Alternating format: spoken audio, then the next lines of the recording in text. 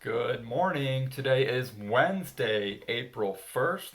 It is also backwards day, according to our virtual spirit week this week, which is why you'll see me wearing my hat backwards as well as my sweatshirt inside out. Normally, I'm not a backwards hat type of guy, so this really is uncomfortable and looks weird for me. But, anyways, continuing on here, a couple announcements. First off, because we have missed, the last 3 weeks, and we're going to miss a few more here. The decision has been made that we will be going to school through July. We're going to school through July. And, along with that, we're going to be starting a new 3 week stretch where we're going to be learning from home again. So, your work is going to end this Friday for this first 3 weeks. So you have today, you have Thursday, and then you have Friday. The following week, you're going to have nothing. So you can kind of consider that like your Easter break, I guess you could say. But then on the following Monday, after next week, on Monday, April 13th, a parent or someone will have to come and drop off all of your work from this first 3 week period, and then also be ready to pick up your work for the next 3 week period. And then we'll be doing something very similar to what we just did this last 3 weeks going forward after April 13th. Okay? So that's kind of the new schedule as far as things are going to go. So we're going to finish out this first 3 week stretch with today, tomorrow, and Friday. Okay? Then you'll have a week of nothing. All right? Then the following week, that Monday, April 13th, someone will have to come and drop off all of your work and then pick up your new work for the next 3 weeks that we are off until May 1st. Okay?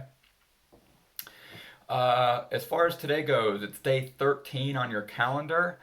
We are moving on now with chapter 6. We're making our way through the book here. Pretty soon we should finish it by this end of the next 3 weeks, I think, but I'll look into that a little more today.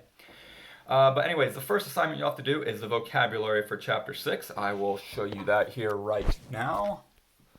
Actually, you know what? I'll do it like this so you can see it. Okay. So there's your vocabulary for chapter 6. The first word that you have there is arrangements. Okay, so remember using context clues from the sentence to help you with the definition. Then your second word is pout. Okay, pout. And your last word is generous. Okay, so we're going to start with arrangements, go down to pout, and then generous. Okay, remember, use those context clues to try to help you figure out what those words mean. Write your definition on the line and then the actual definition. Okay, next, you'll have to read chapter 6. Okay, so we're going to read chapter 6. I did post a video of me reading chapter 6 if you want to follow along there. It's kind of a little bit shorter chapter this time, but we kind of get to analyze a little bit more Byron's complex personality. Like I said in that video, Kenny at the very end of the chapter makes a statement that's saying everybody always thinks he's the smart one. He's always smart. Everyone's telling him how smart he is. But he said he doesn't feel very smart because he can never really figure out Byron, why he does the things that he does and how he acts the way that he acts. So we're going to see a little bit more of the complex personality that Byron has in this upcoming chapter. So that's chapter 6. Once you are done reading chapter 6, then you have the summary page. Okay, and if you remember right, where am I at here? There we go. Okay, if you remember right, you have the 6 blanks that you can write details down on: who, what, when, where, why, and then other important details that you think are important for a summary.